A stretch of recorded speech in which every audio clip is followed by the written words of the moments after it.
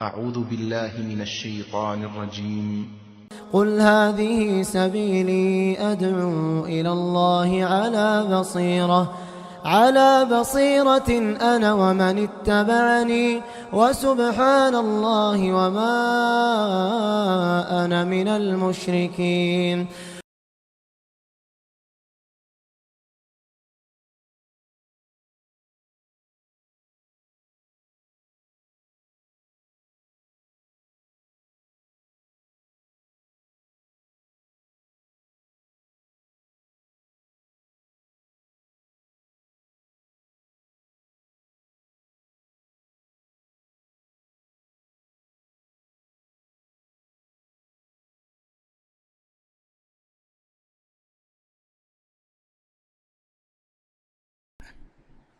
السلام علیکم ورحمۃ اللہ وبرکاتہ.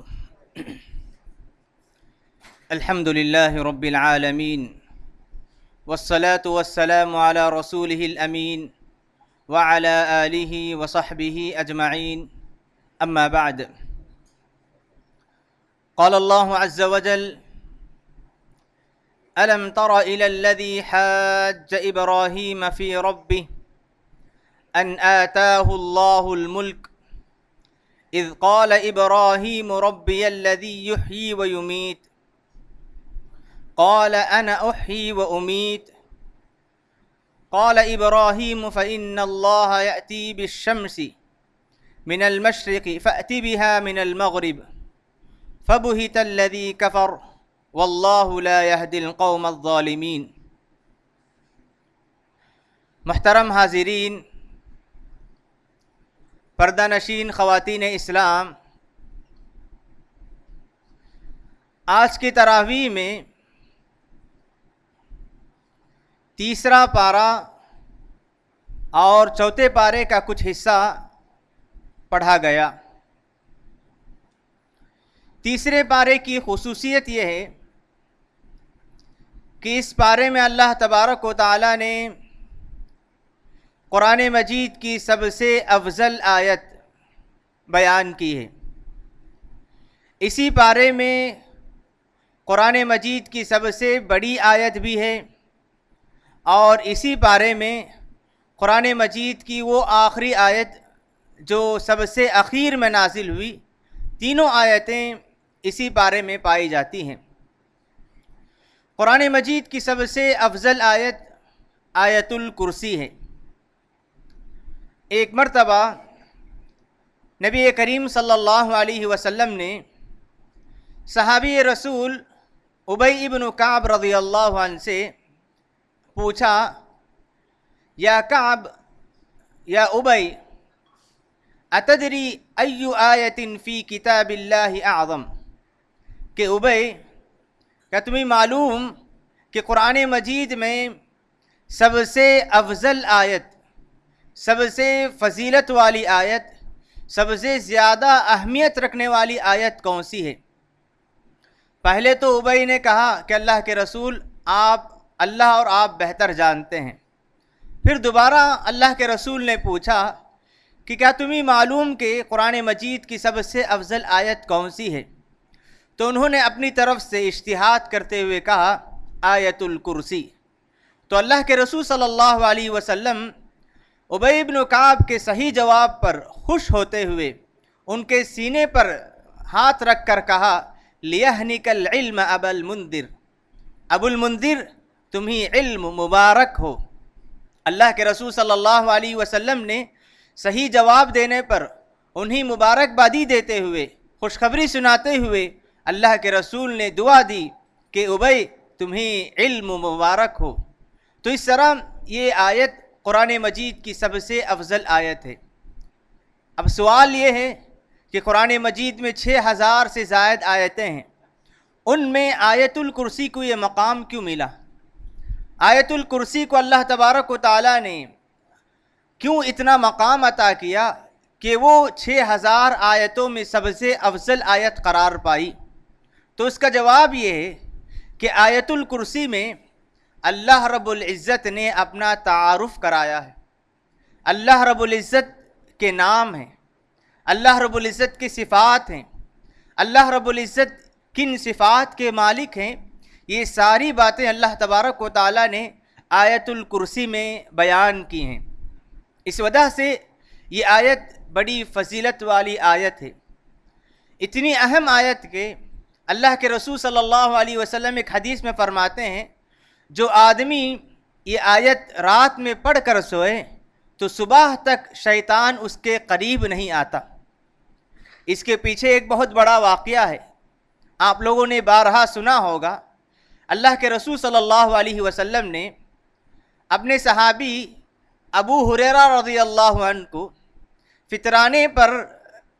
فطرانہ جو رمضان کے آخر میں فطرہ جو جمع کرتے ہیں اس کی حفاظت کے لیے مأمور کیا تھا۔ ابو ہریرہ رضی اللہ عنہ کو حکم دیا کہ فطرے کی جو چیزیں جمع ہیں تم ان کی حفاظت کریں۔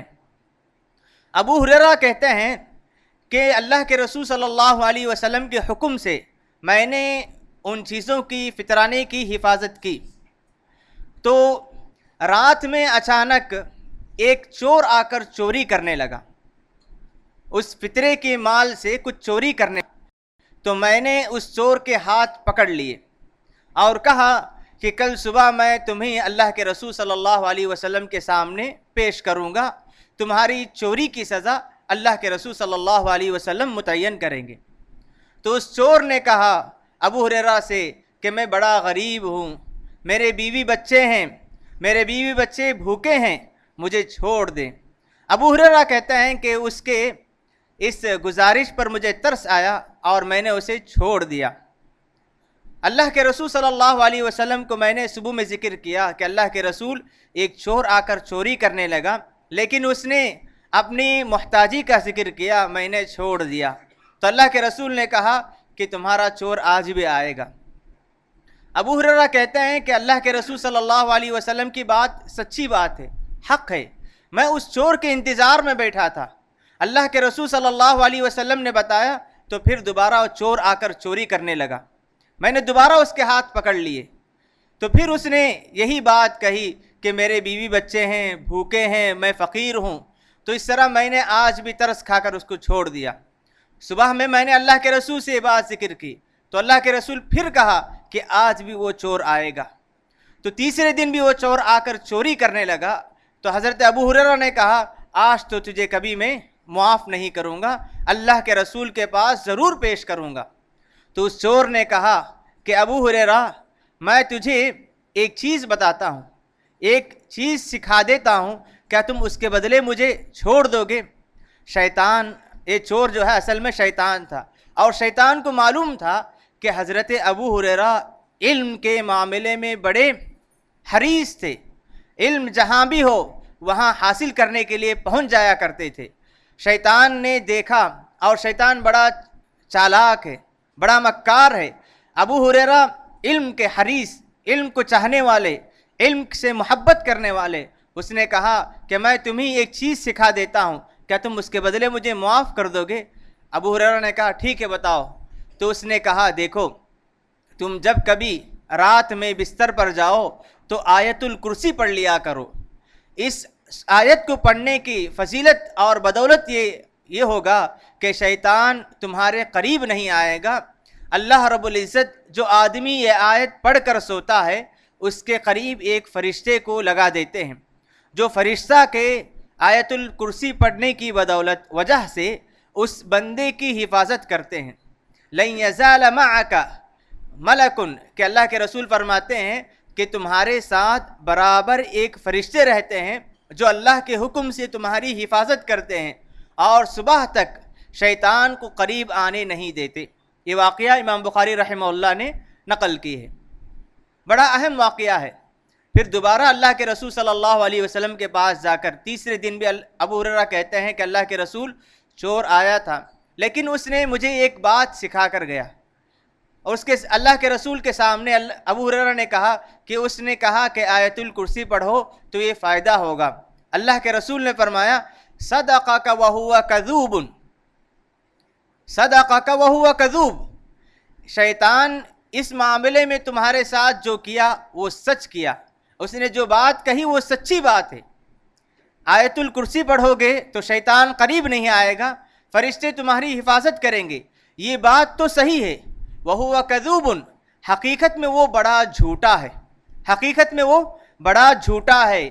اس معاملے میں اس کی بات سچی ہے، لیکن اس کی حقیقت یہ ہے کہ وہ بہت بڑا جھوٹا ہے۔ تو اس طرح آیت الکرسی بڑی اہم آیت ہے، اس کی بڑی فضیلتیں اللہ تبارک و تعالیٰ نے بیان کی ہیں۔ اس آیت کے تعلق سے ہمیں بار بار اس کی جو فضیلتیں ہیں اس کو دیکھنا ہے، پڑھنا ہے، یاد رکھنا ہے، اور بار بار اس آیت کو پڑھنے کی کوشش کرنی چاہیے۔ تلک الرسل میں اللہ تبارک و تعالیٰ نے حضرت ابراہیم علیہ السلام کے 2 واقعات بیان کیے ہیں۔ حضرت ابراہیم علیہ السلام اللہ کے خلیل، اللہ کے خاص دوست تھے۔ قرآن مجید میں تقریباً 73 مرتبہ 73 مرتبہ حضرت ابراہیم علیہ السلام کا ذکر آیا ہے، اور ابراہیم علیہ السلام کے 10 قصے اللہ تبارک و تعالیٰ نے قرآن مجید میں بیان کیے ہیں۔ کیوں؟ کیونکہ ابراہیم علیہ السلام اللہ تبارک و تعالیٰ کے خاص بندے تھے، اللہ تبارک و تعالیٰ کے موحد بندے تھے۔ انہوں نے کبھی شرک نہیں کیا تھا، اللہ تعالیٰ کے ہر حکم کے سامنے انہوں نے اپنے آپ کو پیش کیا، اپنی خواہشات کو انہوں نے قربان کی۔ تو اس طرح ابراہیم علیہ السلام کی بڑی قربانیاں ہیں۔ ابراہیم علیہ السلام نے اپنے آپ کو اللہ کے لیے وقف کر دیا تھا۔ اللہ تبارک و تعالیٰ نے انہیں اولو العزم پیغمبروں میں بنایا، یعنی 5 پیغمبر ایسے ہیں جنہیں سب سے زیادہ مقام ملا ہے، سب سے بڑا مقام نبی کریم صلی اللہ علیہ وسلم کو ملا۔ اس کے بعد اولو العزم پیغمبروں میں ابراہیم علیہ السلام کا نام آتا ہے۔ تو اس طرح اللہ تبارک و تعالیٰ نے ابراہیم علیہ السلام کو ان کی قربانیوں کی وجہ سے، ان کی توحید سے، اللہ تبارک و تعالیٰ کی وحدانیت سے محبت کی وجہ سے قرآن مجید میں کئی جگہوں پر ان کے قصے کو بیان کیا۔ یہاں پر دیکھیے، ابراہیم علیہ السلام کی پیدائش عراق کے ایک علاقے میں ہوتی ہے۔ جس ماحول میں یہ آنکھ کھولتے ہیں ہر جگہ شرک و بت پرستی ہے، ہر جگہ شرک و بت پرستی ہے، اور جس خاندان میں آنکھ کھولتے ہیں بت پرست خاندان نہیں بلکہ یہ بت گر خاندان تھا، بت پرستی نہیں بلکہ بتوں کو بنانے والا خاندان تھا۔ اور کہا جاتا ہے کہ اس خاندان کا اس علاقے میں بڑا مقام و مرتبہ تھا، اس علاقے میں اس ملک کا جو بادشاہ تھا اس بادشاہ سے قریب یہ خاندان تھا، تو اس وجہ سے اس خاندان کا بڑا چرچا تھا۔ ابراہیم علیہ السلام نے جب دیکھا کہ ہمارے خاندان والے، بستی والے اور ہمارے ملک والے سب کے سب بت پرستی کے شکار ہیں، شرک میں مبتلا ہیں، اور بت پرستی بھی ایسی کہ ہر چیز کو وہ پوجا کرتے تھے، ہر چیز سے وہ مانگا کرتے تھے، چاند، سورج، ستارے، بتوں کو، ہر چیز کو انہوں نے خدا بنا لیا تھا۔ ابراہیم علیہ السلام بچپن سے یہ ساری چیزیں دیکھتے آئے، اور جیسے ہی وہ شعور کی زندگی کو پہنچے، جب اللہ تبارک و تعالیٰ نے انہیں نبوت سے سرفراز کیا تو انہوں نے لوگوں کو اللہ تبارک و تعالیٰ کی وحدانیت، اللہ کی عبادت کی طرف بلانا شروع کیا۔ سب سے پہلے انہوں نے اپنے گھر والوں سے یہ کام شروع کیا، اپنے باپ سے کہا، یا ابتی، اے میرے ابو جان، تم ایسی چیز کی عبادت کیوں کرتے ہو جو نہ سن سکتی ہے، نہ دیکھ سکتی ہے، نہ کچھ فائدہ پہنچا سکتی ہے۔ اللہ تبارک و تعالیٰ سورہ انعام میں فرماتے ہیں، وَإِذْ قَالَ إِبْرَاهِيمُ لِأَبِيهِ أَتَتَّخِذُ أَصْنَامًا آلِهَةً وَإِذْ قَالَ إِبْرَاهِيمُ لِأَبِيهِ وَقَوْمِهِ، ابراہیم علیہ السلام نے اپنے باپ سے، آزر سے اور اپنے قوم والوں سے کہا، أَتَتَّخِذُ أَصْنَامًا آلِهَةً، کیا تم بتوں کو معبود بنا لیے ہو، بتوں کی پوجا کرتے ہو؟ اس طرح جس چیز کو تم بناتے ہو، اس سے مانگتے ہو، تو تم تو بہت گمراہ ہو، تم تو صحیح راستے سے بھٹک گئے ہو۔ تو اس طرح ابراہیم علیہ السلام نے لوگوں کو حکمت کے ساتھ، نرمی کے ساتھ، ہر طریقے سے سمجھانے کی کوشش کی۔ سب سے پہلے اپنے باپ کے پاس جا کر کہتے ہیں، سورہ مریم میں اللہ تبارک و تعالیٰ نے یہ واقعہ بیان کیا ہے کہ اللہ تبارک و تعالیٰ کہتے ہیں، وَاذْكُرْ فِي الْكِتَابِ إِبْرَاهِيمَ، ابراہیم علیہ السلام کے ذکر کو کتاب میں ہے، بیان کیجئے۔ انہ کان صدیقا نبیا، وہ بڑے سچے نبی تھے۔ کیسے سچے نبی تھے؟ جیسے ہی وہ شعور کی زندگی کو پہنچے، اذ قال لأبیہ یا ابت لم تعبد ما لا يسمع ولا يبصر ولا يغنی عنک شیئا، انہوں نے اپنے باپ آزر سے کہا، اے میرے ابو جان، لم تعبد ما لا يسمع، تم ایسی چیز کی پوجا کیوں کرتے ہو، ایسی چیز کی عبادت کیوں کرتے ہو جو نہ سن سکتی ہے، ولا یبصر، نہ دیکھ سکتی ہے، ولا یغنی عنک شیئا، نہ تمہیں کوئی فائدہ پہنچا سکتی ہے۔ یہاں پر ابراہیم علیہ السلام نے اپنے باپ سے مخاطب ہوتے ہوئے، اگرچہ کہ باپ شرک میں مبتلا ہے، گمراہ ہے اور گمراہ کرنے والا ہے، اس کے باوجود ابراہیم علیہ السلام نے اپنے باپ سے مخاطب ہوئے تو نرم انداز میں، نرم لہجے میں انہوں نے پکارا، یا ابتی، اے ابا جان، نرم لہجے میں ان کو سمجھانے کی کوشش کی، اور کہا کہ جو بھی بندہ کسی کو پکارتا ہے تو اس کا سب سے بڑا مقصد یہ ہے کہ اس سے فائدہ حاصل کریں۔ جس چیز کو تم پکارتے ہو نہ وہ تمہیں فائدہ پہنچا سکتا ہے، کچھ بھی فائدہ نہیں پہنچا سکتا، اسی لیے انہوں نے کہا، یا ابتی انی قد جاءنی من العلم، اے میرے ابو جان، میرے پاس علم آیا ہے، اللہ تبارک و تعالیٰ نے مجھے علم دیا ہے، ما لم یأتک، جو علم کے تمہارے پاس نہیں ہے، توحید کا علم میرے پاس ہے، اللہ تعالیٰ کی ربوبیت کا علم میرے پاس ہے، اللہ تعالیٰ کی الوہیت کا علم میرے پاس ہے، جو علم کے تمہارے پاس نہیں، اسی وجہ سے تم شرک میں مبتلا ہو، فاتبعنی، تم میری بات سنو، تم میری پیروی کرو، اہدیک صراطا سویا، میں تمہیں صحیح راستے کی طرف رہنمائی کروں گا، یا ابت لا تعبد الشیطان، اے ابو جان تم شیطان کی پیروی نہ کرو، ان الشیطان کان للرحمن عصیا، شیطان رحمان کا بڑا نافرمان ہے، یا ابت انی اخاف ان یمسک عذاب من الرحمن، اگر تم رحمان کی عبادت نہیں کرو گے، اللہ کی عبادت نہیں کرو گے تو مجھے ڈر ہے کہ کہیں اس کی طرف سے تمہیں کوئی عذاب لاحق نہ ہو جائے، فتکون للشیطان ولیا، رحمان کے نافرمانی کی وجہ سے تم شیطان کے دوست بن جاؤ گے۔ باپ کے سامنے اتنی پیاری باتیں، اتنے اچھے انداز میں، نرم لہجے میں ساری باتیں بتائی، لیکن باپ شرک میں بڑا گہرائی میں جا چکا تھا، بت پرست تھا، بت گر تھا۔ اس نے ابراہیم علیہ السلام کی باتوں کو سن کر کہا، قال اراغب انت عن آلہتی یا ابراہیم، اے ابراہیم تم میرے معبود سے تم دوری چاہتے ہو، میرے معبود سے تم مجھے دور کرنا چاہتے ہو، لئن لم تنتہی، اگر تم اس بات سے نہیں رکے، لأرجمنک وہجرنی ملیا، میں تمہیں سنگسار کر دوں گا، پتھروں سے مار کر تمہیں ہلاک کر دوں گا، وہجرنی ملیا، اور بڑی مدت کے لیے میں تمہیں مجھ سے دور کر دوں گا۔ ابراہیم علیہ السلام نے دیکھا کہ باپ کو سمجھانا اب مشکل ہے، تو انہوں نے کہا، قال سلام علیک، اللہ کی سلامتی ہو تم پر، سأستغفر لک ربی، میں تمہارے لیے میرے رب سے معافی چاہوں گا، انہ کان بی حفیہ، وہ میری دعاؤں کو سننے والا ہے، وَأَعْتَزِلُكُمْ وَمَا تَدْعُونَ مِن دُونِ اللَّهِ۔ اس کے بعد ابراہیم علیہ السلام نے گھر والوں سے، بستی والوں سے اور ان کے بتوں کو چھوڑ کر، بستی کو چھوڑ کر نکل جاتے ہیں۔ تو اس طرح ابراہیم علیہ السلام نے سب سے پہلے باپ کو سمجھایا۔ جب باپ سمجھنے کے لیے تیار نہیں ہوا تو اللہ تبارک و تعالیٰ کے حکم سے اپنی بستی چھوڑ کر نکل جاتے ہیں۔ کہا جاتا ہے کہ جیسے ہی یہ بستی چھوڑ کر جانے لگے تو راستے میں عراق سے یہ فلسطین جانے لگے، تو راستے میں ان کی ملاقات ایک بادشاہ سے ہوئی۔ اسی بادشاہ کا ذکر اللہ تبارک و تعالیٰ نے تلک الرسل کے شروع میں کیا ہے، الم تر الی الذی حاج ابراہیم، کیا تمہارے پاس اس آدمی کی خبر نہیں پہنچی، یا تم نے اس آدمی کی خبر نہیں سنی جس نے ابراہیم علیہ السلام سے اس کے رب کے بارے میں حجت کی، ان آتاہ اللہ الملک، کہ اللہ تبارک و تعالیٰ نے اس بادشاہ کو بادشاہی عطا کی تھی۔ کہا جاتا ہے کہ اس بادشاہ کا نام نمرود تھا۔ عراق کے جو بادشاہ تھے ان کا لقب نمرود رکھا جاتا تھا۔ اللہ تبارک و تعالیٰ نے اسے بڑی بادشاہت عطا کی تھی، اور وہ ایک بڑی مدت سے بادشاہ تھا.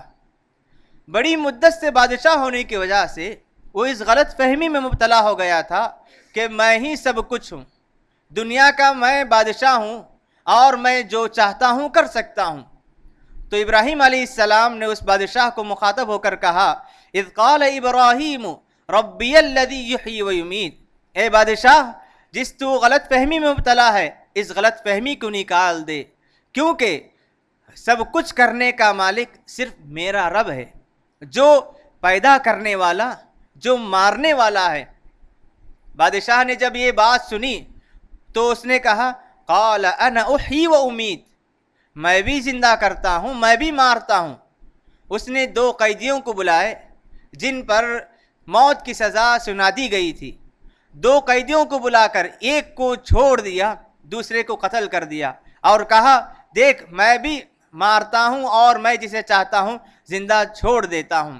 حالانکہ ابراہیم علیہ السلام کا مقصد یہ نہیں تھا کہ زندہ چھوڑنا مارنا، یہ مقصد نہیں تھا. ابراہیم علیہ السلام نے جو کہا کہ میرا رب زندہ کرتا ہے اور مارتا ہے، پروردگار جو زندہ کرتا ہے وہ عدم سے ہے. جب انسان کچھ بھی نہیں ہوتا ہے، کچھ بھی نہ ہو اس کے بعد پیدا کرنا، یہ اللہ رب العزت کی صفت ہے. اس نے غلط سمجھا.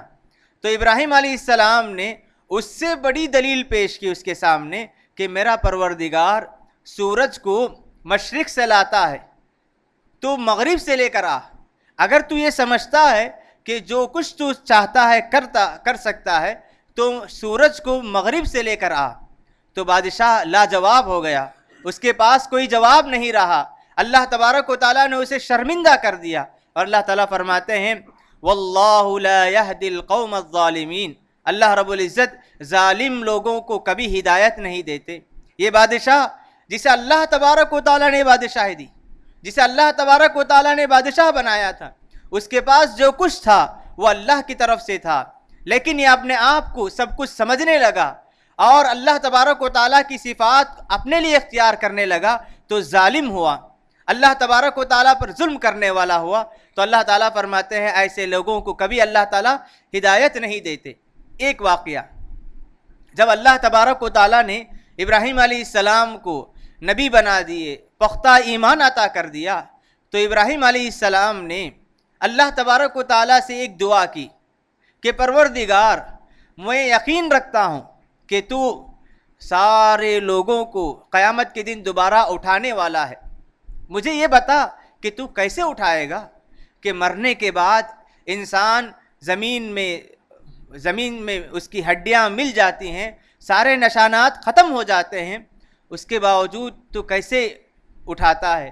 ابراہیم علیہ السلام نے اب اللہ رب العزت سے کہا وَإِذْ قَالَ إِبْرَاهِيمُ رَبِّ أَرِنِي كَيْفَ تُحْيِي الْمَوْتَى، پروردگار مجھے بتا کہ تو کیسے مردوں کو زندہ کرتا ہے.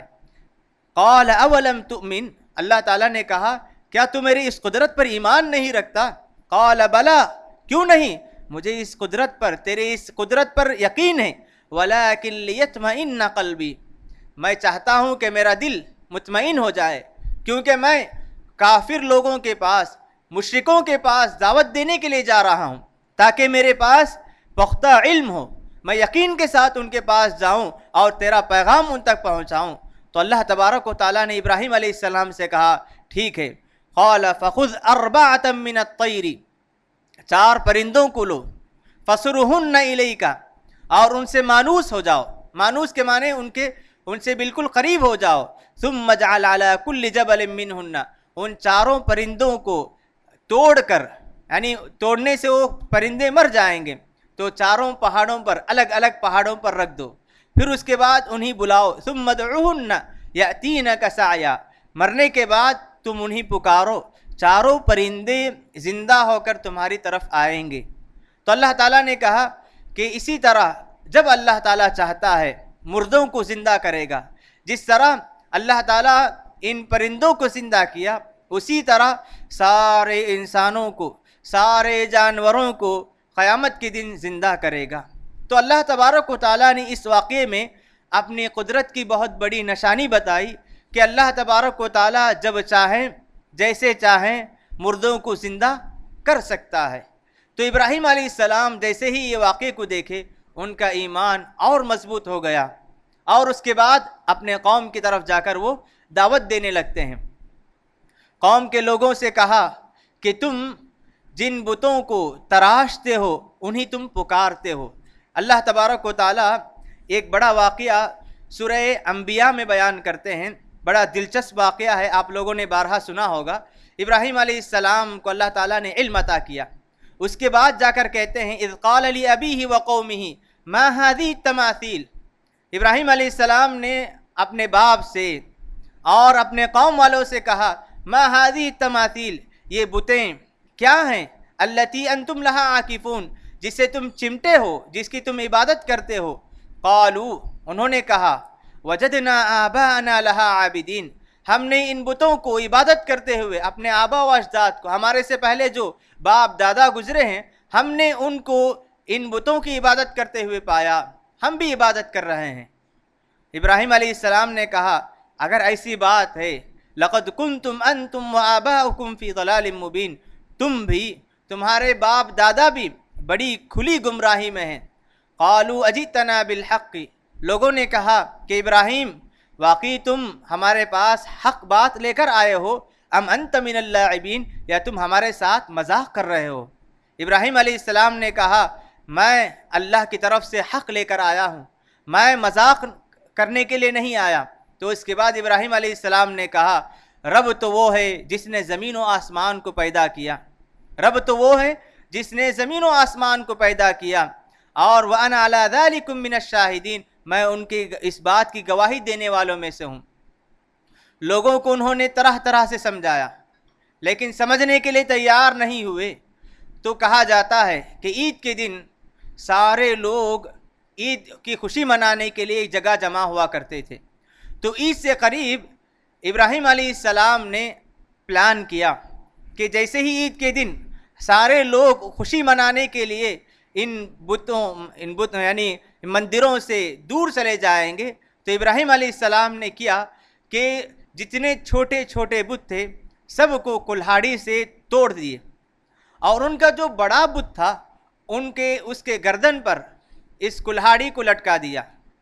جب لوگ عید کے دن واپس آ کر دیکھنے لگے کہ ان کے سارے بت ٹوٹے ہوئے پڑے ہیں، کہا کہ کس نے ہمارے معبودوں کے ساتھ ایسا کیا؟ لوگ آپس میں کہنے لگے کہ ہم نے ایک نوجوان کو جس کا نام ابراہیم ہے، ہم نے اس کو ان بتوں کے تعلق سے کچھ باتیں کرتے ہوئے، ان بتوں کے خلاف کہتے ہوئے سنا، ہو سکتا ہے وہی ہوگا۔ ابراہیم علیہ السلام کو سارے لوگوں کے سامنے لانے کے لیے کہا گیا، اور ابراہیم علیہ السلام یہی موقع کی تلاش میں تھے کہ سارے لوگوں کے سامنے میں کسی طرح توحید کی دعوت پیش کر دوں، اللہ رب العزت کی دعوت پیش کر دوں۔ ابراہیم علیہ السلام کو سارے لوگوں کے سامنے لایا گیا۔ ابراہیم علیہ السلام نے بہت ہی بہترین موقع پایا، کہا ابراہیم علیہ السلام سے انہوں نے انت فعلت هذا بآلهتنا یا ابراہیم، ابراہیم تم نے ہی ہمارے معبودوں کے ساتھ ایسا کیا کیا؟ ابراہیم علیہ السلام نے کہا میں کیوں اس طرح کروں، یہ تو اس طرح تو تمہارے بڑے معبود نے کیا۔ ابراہیم علیہ السلام نے کہا کہ یہاں پر منطق دیکھیے، ابراہیم علیہ السلام نے عقل استعمال کی اور کہا کہ دیکھو میں نے ان بتوں کو نہیں توڑا بلکہ اس بڑے بت نے توڑا ہے۔ کس وجہ سے؟ اس بڑے بت کو غصہ آیا کہ میرے ہوتے ہوئے تم میرے سے چھوٹے بتوں کو کیسے مانتے ہو؟ میں بڑا بت ہوں تو سب کچھ مجھ سے مانگنا چاہیے، تم میرے ہوتے ہوئے تم ان بتوں سے کیوں مانگتے ہو؟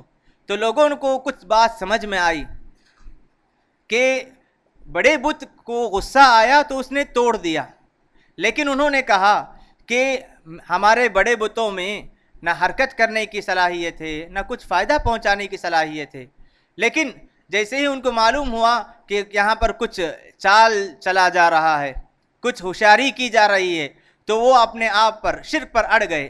ثم نکسوا علی رؤوسہم لقد علمت ما ہؤلاء ینطقون، اور سارے لوگوں نے کہا کہ ابراہیم تمہیں نہیں معلوم کیا کہ یہ بتیں بات نہیں کرتے؟ قال افتعبدون من دون اللہ، ابراہیم علیہ السلام نے موقع کو غنیمت جانا اور کہا افتعبدون من دون اللہ ما لا ينفعکم شیئا ولا یضرکم، کہ تم اللہ کے علاوہ ایسے چیزوں کی پوجا کرتے ہو جو نہ تمہیں کچھ نفع پہنچا سکتے ہیں نہ نقصان پہنچا سکتے ہیں۔ اف لکم، تم پر اف ہے، افسوس ہے، وَلِمَا تَعْبُدُونَ مِن دُونِ اللَّهِ، اللہ کے علاوہ کی دوسری چیزوں کی عبادت کیوں کرتے ہو؟ افلا تعقلون، کیا تم عقل نہیں رکھتے؟ تمہارے پاس عقل نہیں ہے کہ جو معبود اپنے آپ میں نقصان دور کرنے کی قدرت نہیں رکھتے ہیں وہ تمہیں نفع کیسے پہنچا سکتے ہیں؟ عقل سے تم اس عقل کو استعمال کرو۔ لیکن جیسے کہا جاتا ہے جو آدمی حق کے راستے کو چھوڑ دیتا ہے وہ بیوقوف ہو جاتا ہے، اس کے پاس عقل نام کی کوئی چیز نہیں ہوتی۔ انہوں نے کہا کہ بدلہ لینے کے لیے تم اپنے معبودوں کی مدد کرو اور اسے بڑی آگ میں جلا دو۔ قالوا حرقوہ، ایک بڑی آگ جلائی گئی۔ وانصروا آلہتکم، اپنے معبودوں کی مدد کرنے کے لیے کہا گیا۔ جیسے ہی کہا جاتا ہے کہ سارے لوگوں نے متفق ہو کر ابراہیم علیہ السلام کو آگ میں ڈالنے کا فیصلہ کیا اور منجنیق میں ابراہیم علیہ السلام کو بٹھا کر آگ میں ڈال دیا گیا۔ ابراہیم علیہ السلام جیسے ہی آگ میں ڈالے گئے اللہ کی طرف سے حکم آیا، قلنا یا نار کونی بردا وسلاما علی ابراہیم، اے آگ تو ابراہیم کے لیے ٹھنڈی اور سلامتی والی بن جا۔ آگ جو جلاتی ہے، اللہ تعالیٰ کا حکم جیسے ہی آیا آگ ٹھنڈی ہو گئی، ٹھنڈی کے ساتھ ساتھ وہ سلامتی والی بھی ہو گئی۔ بعض روایتوں میں کہا گیا کہ بعض مفسرین نے لکھا ہے کہ ابراہیم علیہ السلام آگ میں 40 دن تھے، ابراہیم علیہ السلام آگ میں 40 دن رکے تھے۔ تو اس طرح ابراہیم علیہ السلام کو ان لوگوں نے بدلہ لینے کی کوشش کی۔ جب آگ ٹھنڈی ہوئی اس کے باوجود ابراہیم علیہ السلام صحیح سالم نکل آئے تو اللہ تعالیٰ نے انہیں دوسری بستی کی طرف نجات دلا کر بھیج دیا جہاں پر ابراہیم علیہ السلام صحیح سالم پہنچ گئے۔ اس روایت میں، اس آیت کی تفسیر میں ایک حدیث یہ بھی آتی ہے کہ اللہ کے رسول صلی اللہ علیہ وسلم فرماتے ہیں جب ابراہیم علیہ السلام کو آگ میں ڈالا گیا تو جتنے جانور تھے، چوپائے جتنے جانور تھے، سارے جانوروں نے آگ کو بجھانے کی کوشش کی۔ اور جانور اللہ تعالیٰ کی وحدانیت پر، ان کی فطرت یہ ہے کہ سارے جانور اللہ تعالیٰ کو جانتے ہیں، سارے جانور آگ کو بجھانے کی کوشش کی سوائے چھپکلی کے۔ اللہ کے رسول فرماتے ہیں چھپکلی جو ہے پھونکنے لگی اور آگ کو جو ہے بھڑکانے لگی، اسی لیے اللہ کے رسول نے چھپکلی کو مارنے کا حکم دیا۔ اور بعض روایتوں میں چھپکلی کو مارنے کی فضیلت بھی آئی ہے، صحیح روایات ہیں، صحیح حدیث میں چھپکلی کو مارنے کی فضیلت بھی آئی ہے۔ تو اس طرح ابراہیم علیہ السلام 40 دن آگ میں تھے، اس کے باوجود قوم والوں نے نہیں مانا تو اللہ تبارک و تعالیٰ نے انہیں دوسری بستی میں بھیج دیا جہاں پر انہیں اسماعیل اور اسحاق علیہ السلام دونوں بیٹے نصیب ہوئے۔ اس کے بعد بھی اور بڑی بڑی قربانیاں اللہ تعالیٰ کے لیے انہوں نے دی، بڑے اہم واقعات ہیں۔ انشاءاللہ کبھی آئندہ موقع ملے تو ہم ان واقعات کو ذکر کریں گے۔ ابراہیم علیہ السلام کی زندگی میں ہمارے لیے بڑے پیغام ہیں۔ ابراہیم علیہ السلام آدمی تو اکیلے تھے لیکن ان کا جو کارنامہ تھا پورے ایک قوم کا تھا۔ ان ابراہیم کان امہ، اللہ تعالیٰ فرماتے ہیں ابراہیم اپنے آپ میں ایک امت تھے، ایک قوم تھے۔ پوری قوم مل کر جو قربانی، جو کارنامے، جو کارکردگی کر سکتے ہیں وہ ایک اکیلے ابراہیم علیہ السلام نے کیا۔ اگر آپ مثالی باپ دیکھنا چاہتے ہیں ابراہیم علیہ السلام، مثالی بندہ دیکھنا چاہتے ہیں ابراہیم علیہ السلام، مثالی موحد دیکھنا چاہتے ہیں ابراہیم علیہ السلام، شرک سے دور زندگی دیکھنا چاہتے ہیں ابراہیم علیہ السلام، اللہ کے قریبی، اللہ کے دوست کو دیکھنا چاہتے ہیں ابراہیم علیہ السلام، اس طرح ابراہیم علیہ السلام نے اللہ تعالیٰ کے لیے بڑی قربانیاں دی۔ اللہ تعالیٰ کا حکم جیسے ہی آتا فوراً اس حکم کے سامنے اپنے آپ کو سرنڈر کیا کرتے تھے۔ قال اسلمت لرب العالمین، اللہ کا حکم جیسے ہی آتا فوراً اس حکم کے سامنے اپنے آپ کو پیش کر دیا کرتے۔ یہ دیکھتے نہیں کہ اللہ تعالیٰ کا حکم ہے اس میں نقصان کیا ہوگا، کچھ نہیں دیکھتے۔ بیٹے کو ذبح کرنے کا حکم ہوا، تیار ہو گئے۔ بیوی بچے کو بے آب و گیا جہاں پر کھانے پینے کی کوئی چیز نہیں تھی، ایسی سرزمین میں چھوڑنے کا حکم ہوا، فوراً تیار ہو گئے۔ اس طرح ابراہیم علیہ السلام کی زندگی قربانی والی زندگی ہے۔ اللہ کے لیے خواہشات کو قربان کرنا اگر کوئی دیکھنا چاہتا ہے ابراہیم علیہ السلام کی زندگی کو پڑھے۔ اسی لیے اللہ تبارک و تعالیٰ نے ابراہیم علیہ السلام کو خلیل بنایا۔ خلیل کا معنی دوستی کا سب سے اعلیٰ درجہ۔ یہ خلیل دنیا میں صرف دو ہی آدمیوں کو یہ مقام ملا ہے، ایک اللہ کے رسول اور دوسرے ابراہیم علیہ السلام۔ ابراہیم علیہ السلام کی فضیلت اس اعتبار سے معلوم ہوتی ہے کہ دنیا میں جتنے قوم پائے جاتے ہیں ہر کوئی اپنے آپ کو ابراہیمی کہتا ہے۔ یہودی کہتے ہیں کہ ہمارے پیشوا کون ہیں؟ ابراہیم۔ نصارہ کہتے تھے کہ ہمارے پیشوا ابراہیم، مشرکین مکہ بھی کہتے کہ ابراہیم ہمارے پیشوا ہیں۔ اللہ تعالیٰ نے کہا ما کان ابراہیم یہودیا ولا نصرانیا ولا ما کان ابراہیم یہودیا ولا نصرانی، ابراہیم علیہ السلام نہ یہودی تھے، نہ نصرانی تھے، نہ مشرک تھے، بلکہ وہ موحد تھے، توحید پرست تھے۔ تو اس طرح ابراہیم علیہ السلام کی زندگی کو پڑھیں، اللہ تعالیٰ نے بہت پیغام اس میں رکھا ہے۔ پروردگار سے دعا ہے کہ اللہ تعالیٰ ہم تمام کو اپنے توحید کی حفاظت کرنے، توحید کی اہمیت کو سمجھنے، ابراہیم علیہ السلام نے جو قربانیاں دی ان قربانیوں کو سیکھنے، اور ابراہیم علیہ السلام نے جو پیغام لوگوں تک پہنچایا اس پیغام کو اپنے آپ میں رکھنے اور اپنانے کی ہم تمام کو توفیق عطا فرمائے۔ اللہم آمین، وصلی اللہ علی نبینا محمد وعلی آلہ وصحبہ اجمعین۔